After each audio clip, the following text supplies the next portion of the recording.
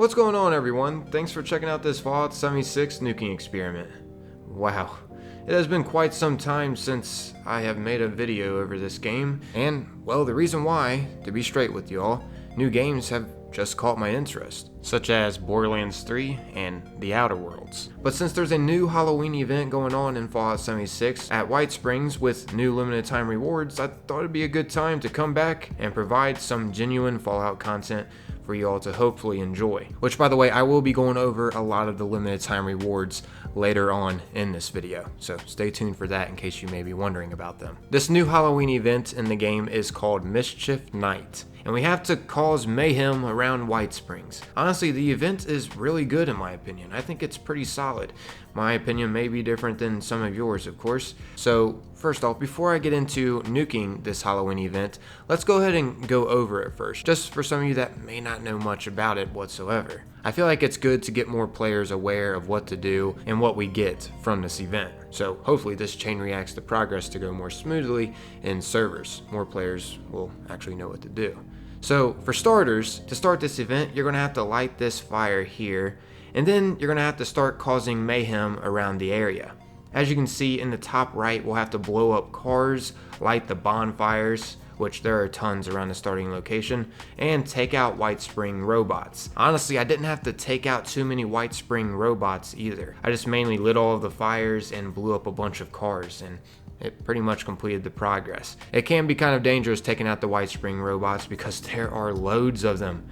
I highly recommend to wait on taking them out. But I guess it all depends really on what kind of player you are and what your build is. And if you're wearing a costume of some sort, it'll actually make the progress go by faster. You just have to be wearing a mask or hat of some kind. You don't necessarily need the full costume, keep that in mind, such as a full clown outfit or skeleton costume. If you're in search of something to wear for the event, they have a costume chest where you start the event at, which is pretty beneficial.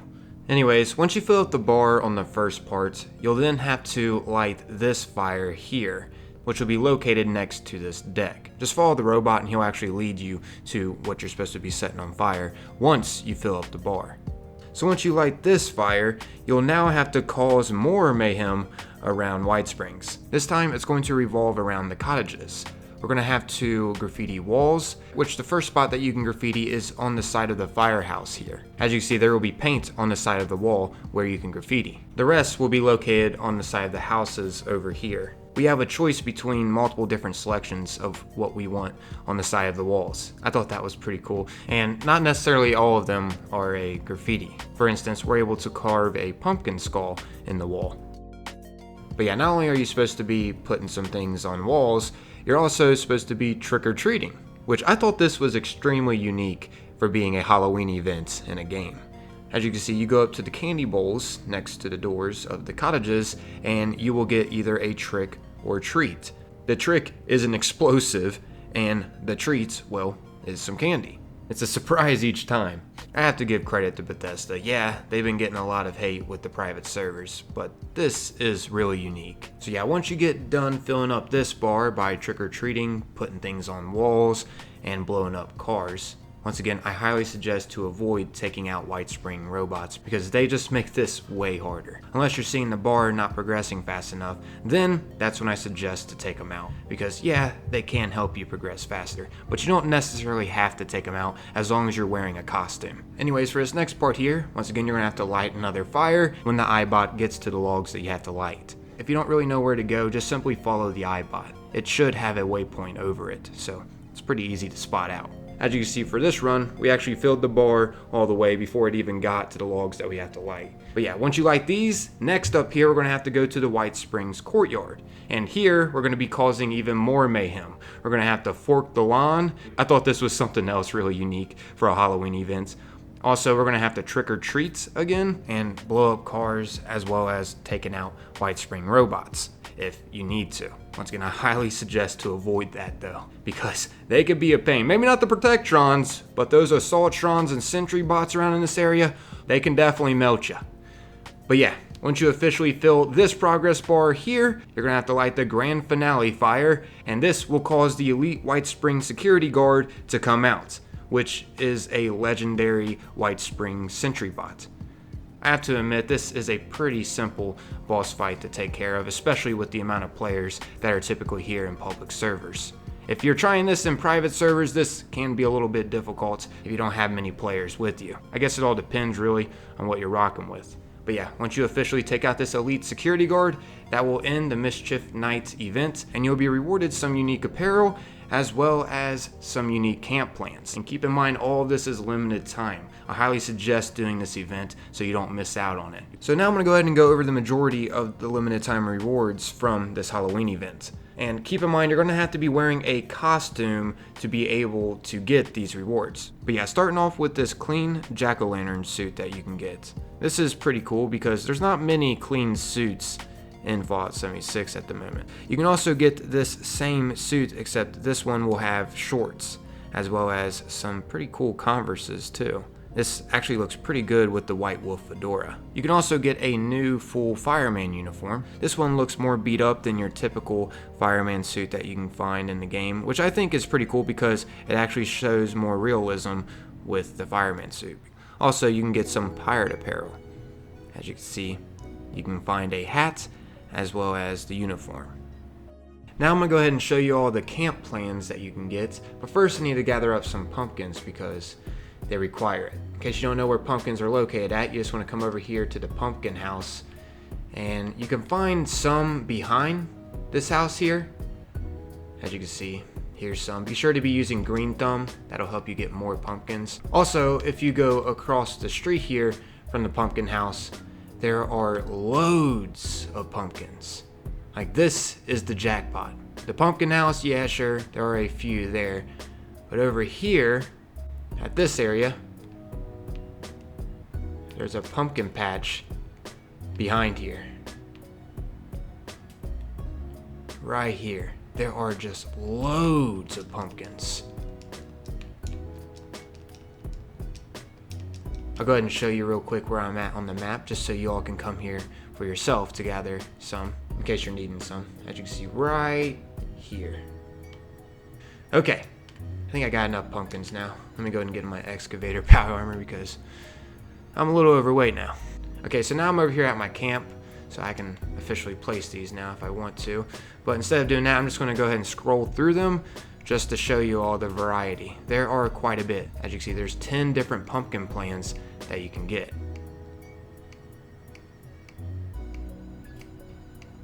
Pretty sweet. And there's some pumpkin racks that you can now get as well. As you can see, there are a total of 5 of these. So that makes a total of 15 different limited time Halloween camp plans that we can get.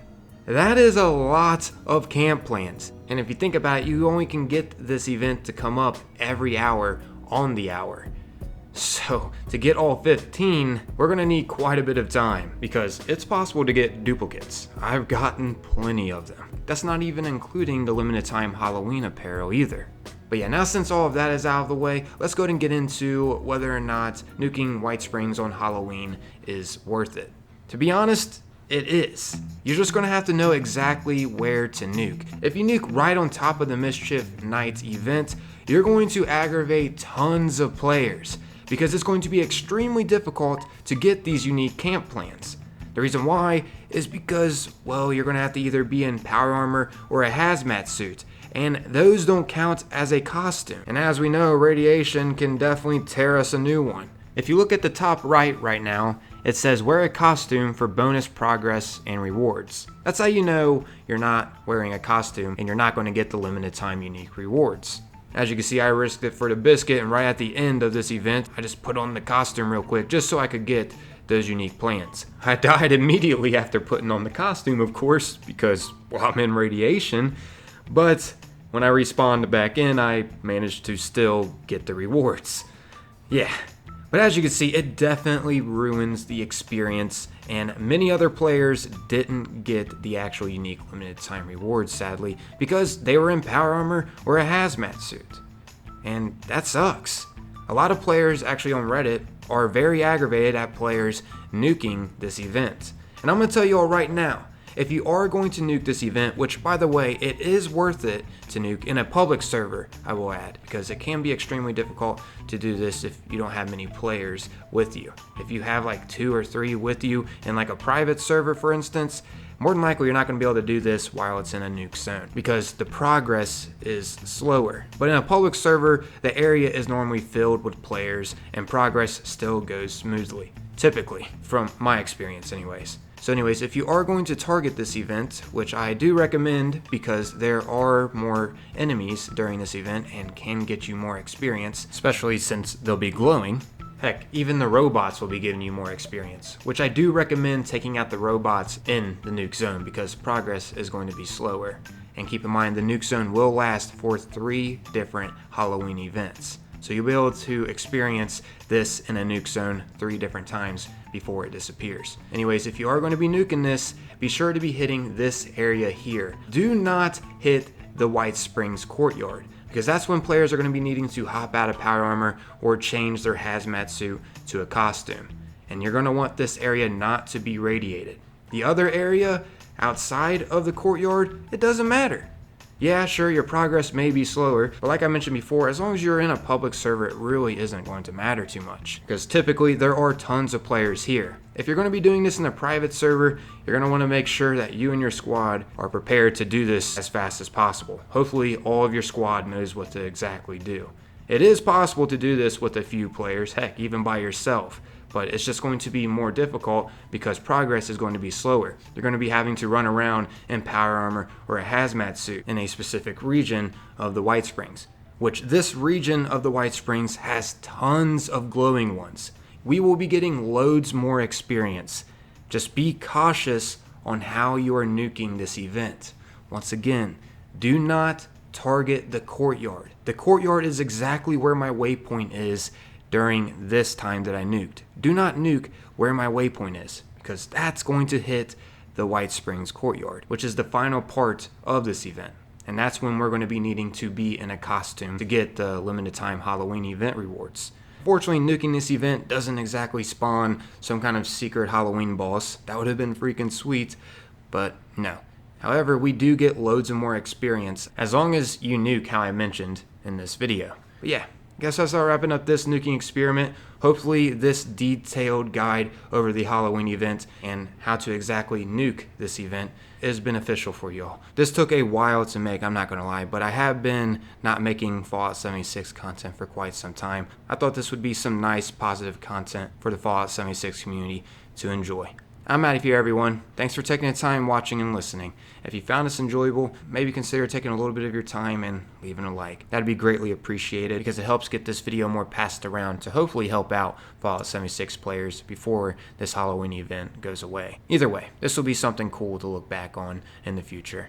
Until next time, remember to stay safe out there. Peace.